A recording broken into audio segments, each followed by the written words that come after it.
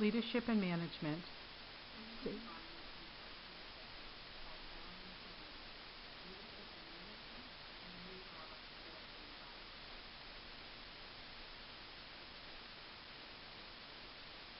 Safety and Violence in the Healthcare Setting by Carol-Ann Killinger, Leadership and Management, NUR 4350. Workplace violence is a recognized hazard in the healthcare industry. Workplace violence is defined as any act or threat of physical violence, harassment, intimidation, or threats. Most common type of violence is a disruptive patient or family member. Nurses are at greatest risk for assault in the workplace. All forms of violence can affect not only healthcare workers, but it can affect patients, families, outside visitors, or anybody working within the hospital setting or healthcare facility setting. The unfortunate rising trend of active workplace shootings requires intensive training on safety and how to prevent and respond to an active shooter incident. OSHA has set up guidelines and rules that are in place to help protect healthcare workers and address any violence in the workplace. Unfortunately, many incidents of violence go unreported. There are also courses for workplace violence prevention help that healthcare workers can better help understand the scope and nature of violence in the workplace. The learning objectives that I have described in this presentation are the roles and functions of a nurse manager, analyzing the relationships of the nurse manager with others, and horizontal violence that can occur in the workplace and its effects. My topic of safety and violence in the workplace addresses outcome number 6, which is the policies and issues for maintaining safe nursing practice and operating a safe healthcare environment. Healthcare policies are very important in establishing standards for daily operations. Desired outcomes are the basis for establishing guidelines that determine decisions.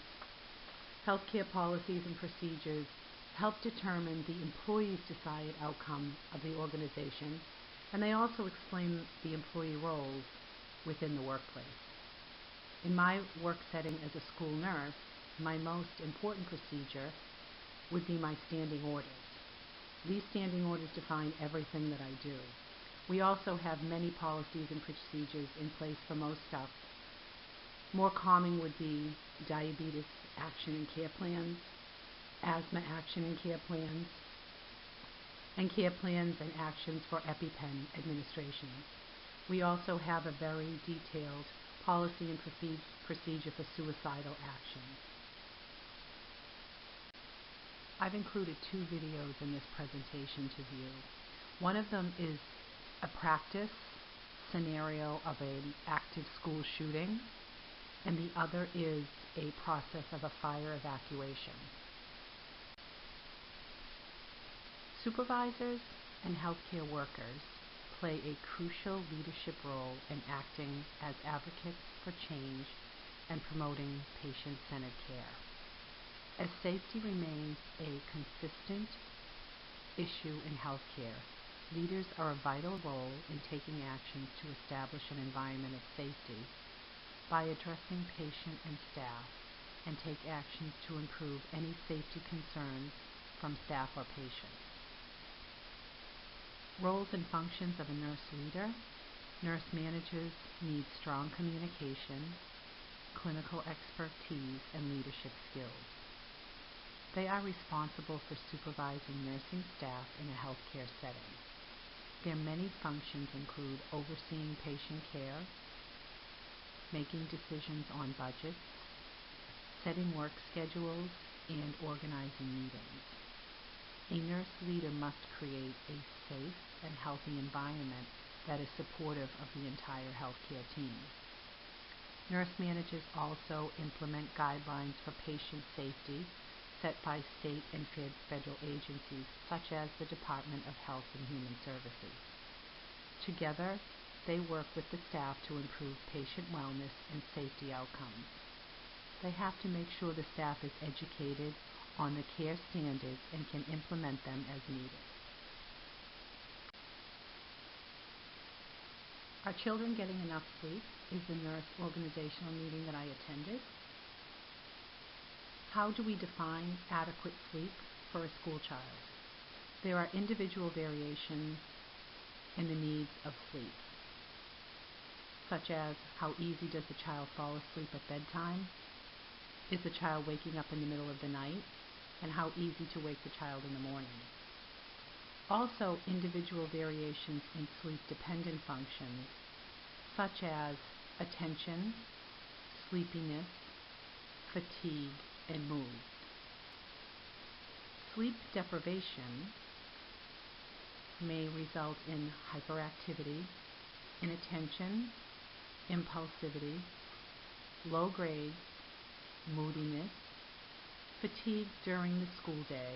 This is common in older children, and all of these issues can occur while the children are at school. So how can we ensure school kids are getting the sleep that they need in order to function during the school day? Establishing an evening routine, bedtime at the same time every night. Screen time should be limited, cutting the screen time to 30 to 60 minutes before going to bed. Use of screen time media is also associated with shorter sleep time, later bedtimes, and poor quality of sleep. Making a sleep and wake schedule, going to bed at the same time every night. Sleep environment is also a factor. Is there a light on in the bedroom? Is there noisy music playing? Is there a TV on? All of these interrupt the ability for a child to get a good night's sleep. Sufficient sleep for school children can result in improved attendance, less tardiness, improvement in standardized testing, and improved grades. Safety in a healthcare setting is constantly undergoing changes and testing for improvement. Violence in workplace is a growing concern, not only physical violence, but the acts of terrorism, bomb threats, or shootings. As a school nurse, I work with the staff to ensure our policies and procedures for evacuations, fire drills, and lockdowns are constantly being tested and updated to ensure that our students and staff are safe on a daily basis.